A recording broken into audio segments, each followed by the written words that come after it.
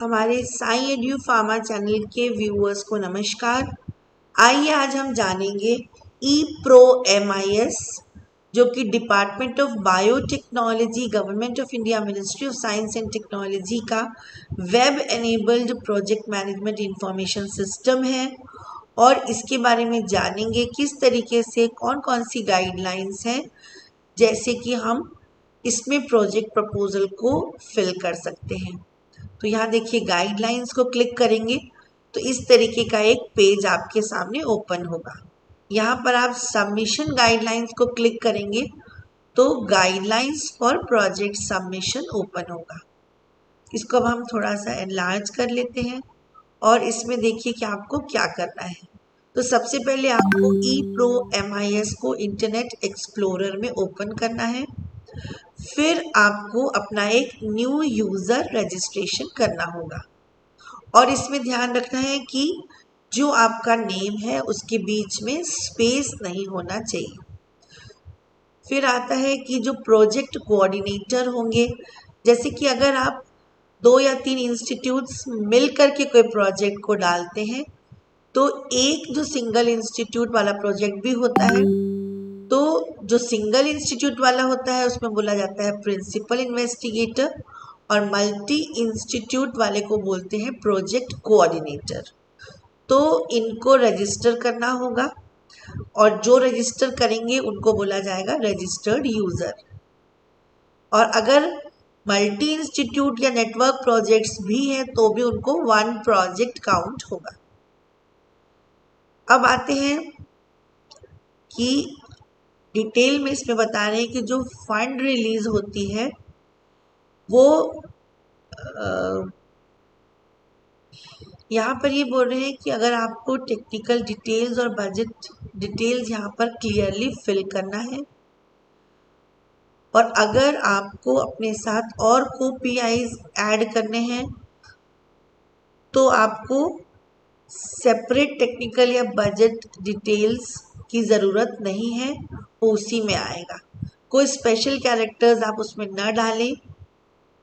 Copy paste method को use कर सकते हैं। एवरी 20 मिनट्स में डेटा लैप्स हो जाता है, इसलिए आप उसको सेव करते चलें। इसके बाद यहाँ पर ये कह रहा है कि जो आपको ऑब्जेक्टिव्स लिखने हैं वो प्रॉपरली ऑब्जेक्टिव्स को लिखें और साथ ही साथ जो भी मैंडेटरी इंफॉर्मेशन पूछी गई है वो सब डालें।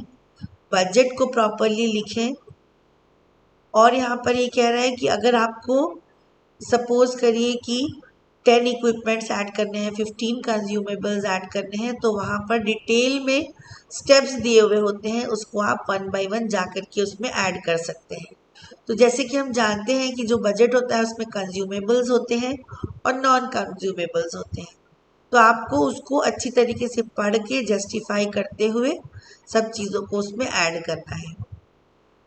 जब आप उसको फिल करना शुरू करेंगे तो उसमें आप देखेंगे कि डिफरेंट कैटेगरी के प्रोजेक्ट्स हैं। जैसे कि सोसाइटल डेवलपमेंट वाले जो प्रोजेक्ट्स हैं उसमें एक आता है submit new proposal for rural.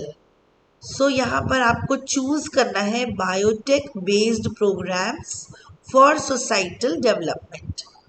अगर आप कैटेगरी वाला कोई प्रोजेक्ट अप्लाई कर रहे हैं SC ST वाला, तो वहाँ आपको biotech based programmes for SC ST click करना है। विमेन वाले में आपको क्लिक करना है biotech based programmes for women. अगर आपका R&D वाला एरिया है तो वहाँ पर आपको submit new proposal for R&D click करना है। साथ ही साथ यहाँ पर ये कह रहे हैं कि आपको सेव करते चलना है। जैसे कि जनरल इंफॉर्मेशन टैब है, वहाँ आप सेव करते चलिए।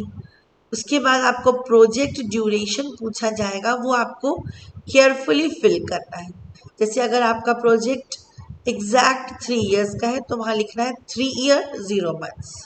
अगर आपका वो 3 ईयर 4 मंथ्स है तो वहाँ पर आपका 3 ईयर 4 मंथ्स आएगा और ईयर 1, ईयर 2, ईयर 3, ईयर 4 हो जाएगा अगर आपका 3 ईयर 4 मंथ्स है तो। अच्छा, अगर आप मल्टी इंस्टीट्यूट वाला प्रोजेक्ट फिल कर रहे हैं और आप चाहते हैं कि वर्क अलग अलग 3 इंस्टीट्यूट में हो, तो आपको नंबर ऑफ इंस्टीट्यूट 3 फिल करने होंगे और वैसे ही डिटेल्स भरना है। अब आते हैं सबसे इम्पॉर्टेंट पार्ट में, जो कि टेक्निकल डिटेल्स होता है। तो यहाँ पर क्या बोल रहे हैं कि इमेज, फिगर या ग्राफ इस फॉर्म में आप उसको नहीं अपलोड कर सकते हैं, आपको पीडीएफ फाइल ही अपलोड करनी है।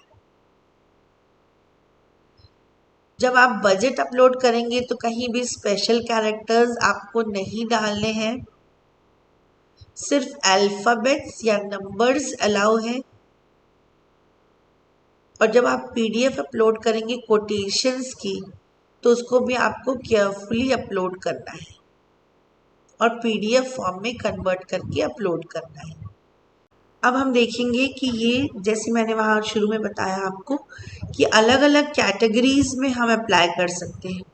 तो ये वाला जो एक टेम्पलेट है, इसमें आप देखिए कि इन्होंने सैम्पल फॉर्म्स दिए हुए हैं वर्ड फाइल में। अगर आपको आर&डी प्रोजेक्ट अप्लाई करना है, सोसाइटल, SC/ST, मल्टी कंपोनेंट या कोई और कैटेगरी का अप्लाई करना है, तो इसमें हम एक एक करके देखते हैं। फर्स्ट जैसे कि आर&डी वाला है, तो ये प्रोफार्मा है for submission of project proposals on research and development program support.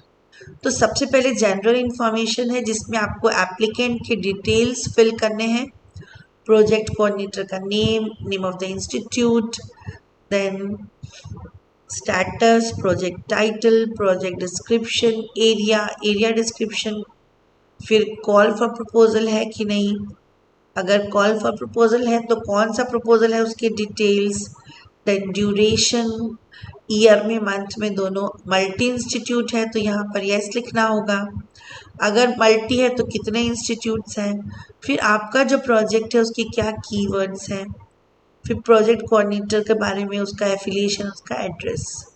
तो ये आपका जनरल इंफॉर्मेशन का प्रोफार्मा है।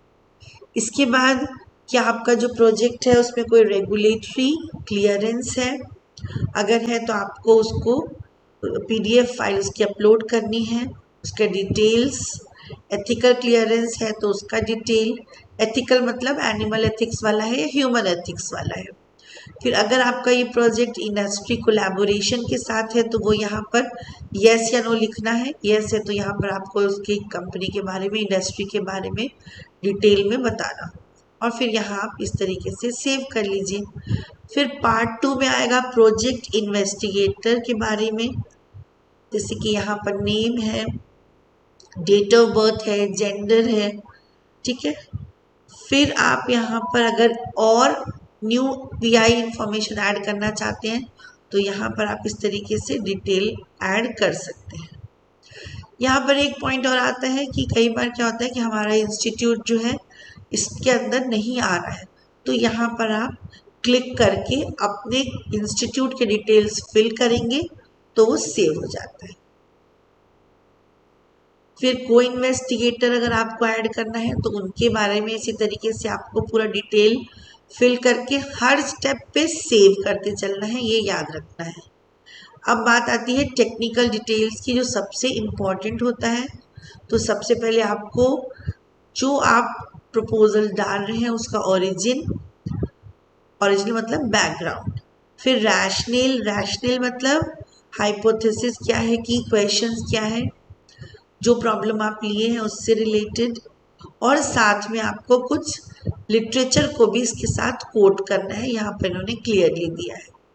Then current status of research and development in subject both international and national status, ये जो है ये ग्लोबली आपका जो प्रॉब्लम है वो कहाँ स्टैंड करता है वो इसमें आएगा। फिर रेलेवेंस, क्या रेलेवेंस है प्रपोज स्टडी की, फिर क्या आउटकम है, क्या आपने अभी तक उससे रिलेटेड कोई प्रिलिमिनरी वर्क किया है, और स्कोप क्या है एप्लीकेशन के।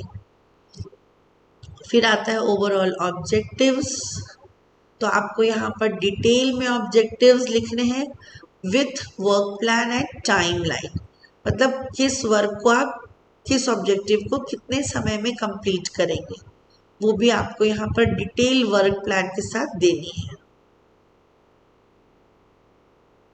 तो इस तरीके से आप इसको 1 बाय 1 ऐड करते जाएंगे। टाइमलाइन मतलब जैसे कि यहाँ पर इन्होंने लिखा है कि एक एक्टिविटी है, सपोज कि आप प्री फॉर्मुलेशन स्टडीज करेंगे तो 3 मंथ आपने प्रपोज किया, तो उसी तरीके से यहाँ आपको पूरा डिटेल टाइम प्लान देना होता है, ये बहुत इम्पोर्टेंट है। फिर रेफरेंसेस हैं अगर आपको यहाँ पर डालने हैं तो, फिर रेफरीज पूछते हैं ये, तो suggested referees, expert name, designation, address, ये ऐड होता है। फिर यहाँ पर दिया हुआ है कि for uploading figures, flow chart and photograph in the project document please make one consolidated PDF file.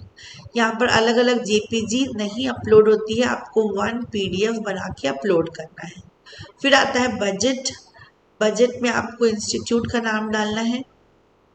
इसके बाद आपको इक्विपमेंट की डिटेल्स, मॉडल नंबर, अगर एसेसरीज है तो उसका डिटेल, और ये इक्विपमेंट आपको क्यों चाहिए, जस्टिफिकेशन, उसका कॉस्ट, क्वांटिटी और टोटल कॉस्ट, और ये आपको 1 साल लगेगा कि कौन से, तो यहाँ आपने को टिक करना होता है।